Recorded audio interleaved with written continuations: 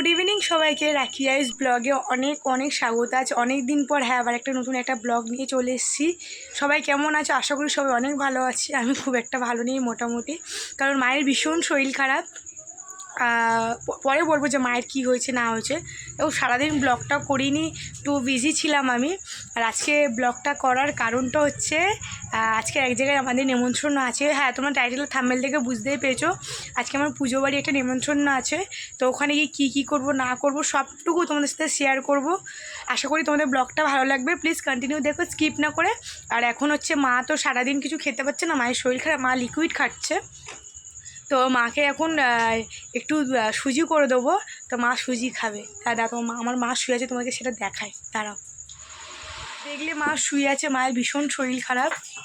তো চলো এখন একটু সুজিটা করে নিই। চলো সাথে থাকো, সঙ্গে থাকো, পুরোটা দেখতে থাকো, কন্টিনিউ স্কিপ না করে। তো অ্যাকচুয়ালি আমার মায়ের কী হয়েছে বলো তো, ওনার হচ্ছে দাঁতে পাইরিয়া টাইপসা হয়ে গেছে, মানে দাঁত পুরো ক্ষয়ে ক্ষয়ে। তো আর মাড়িটার একদম অবস্থা খারাপ। তো সেই কারণে মানে এতে গিয়ে ডেন্টালে গিয়ে ডক্টর দেখিয়েছিল, মানে ডাক্তার দেখিয়েছিল। তো ওরা বলেছিল দাঁত তুলতে। সো তখন ব্যথাটা ছিল না এতটা। হঠাৎ করে এক সপ্তাহ যায়নি, মানে 4 দিন পরেই এত ব্যথা করছে, আবার গেছিলো ডেন্টলে।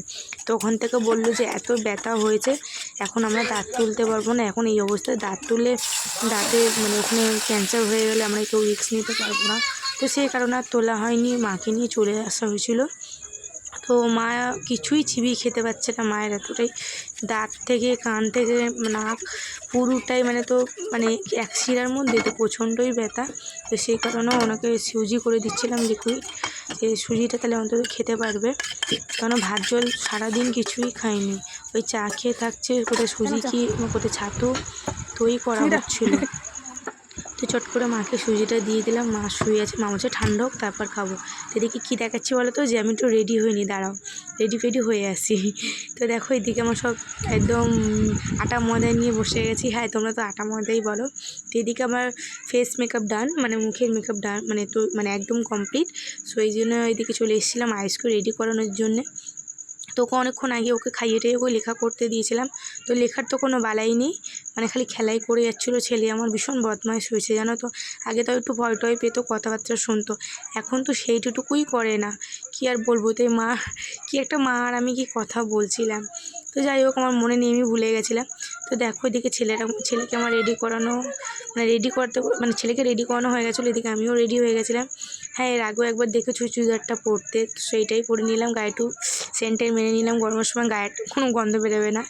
যাই হোক, তো ওই যে ফুল আর মিষ্টি নিয়ে নিয়েছিলাম লোকের হাতে। তো মানে লোকের বাড়িতে সরি, খালি হাতে তো যাওয়া যায় না। তো দেখো এই বাড়িতে চলে এসেছিলাম, যে এই বাড়িতে 3 তলায় পুজো হচ্ছিলো। এই দেখো দেখো ওই যে হাত দেখাবে, দেখো ওই সাইডে জুতো খুলে বলবে, দেখো দেখো ওই দেখো, দেখেছো ওই ওদের বাড়িরই পুজো।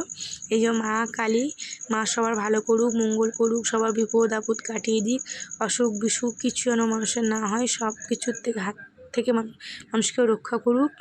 এটাই মায়ের কাছে আমার কি বলবো,